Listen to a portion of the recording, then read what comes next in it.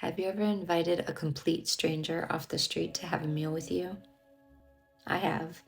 So I was first introduced to this in one of my foster homes, and it completely changed my view on strangers. Now, growing up in foster care, that's all people were to me, were strangers.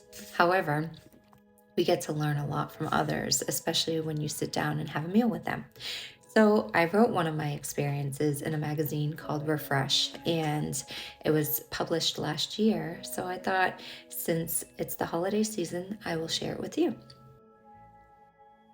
So, unfortunately, it's too long for me to read the whole article, but I want to skim through and just point out some parts of it. It's called The Unexpected Guest by Genevieve Traversy, and you can find that in the Refresh magazine online.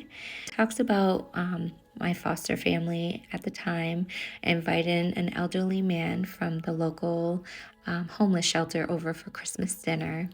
And I go on and talk about how family traditions are usually inherited from previous generations and along with holidays and birthdays.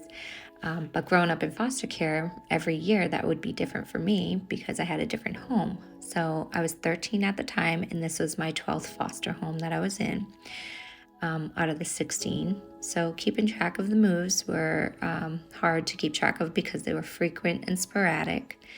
It was confusing learning new traditions, but some were interesting, some seemed made up, like this one. So, this man ended up sitting next to me and telling us stories about how he fought in the war and had a wife that had passed away, and how he got sick. And from all those unfortunate events, he became homeless. So, after that, he saw that it was pretty heavy stuff. So, he started telling jokes, which most I did not understand. But he just kept saying how grateful he was. And then I talked about how I miss my biological family, but I was grateful that I wasn't living in one. My biological mother was at the time, and my biological brothers had aged out. These are just pictures they chose. These aren't pictures of anyone I know.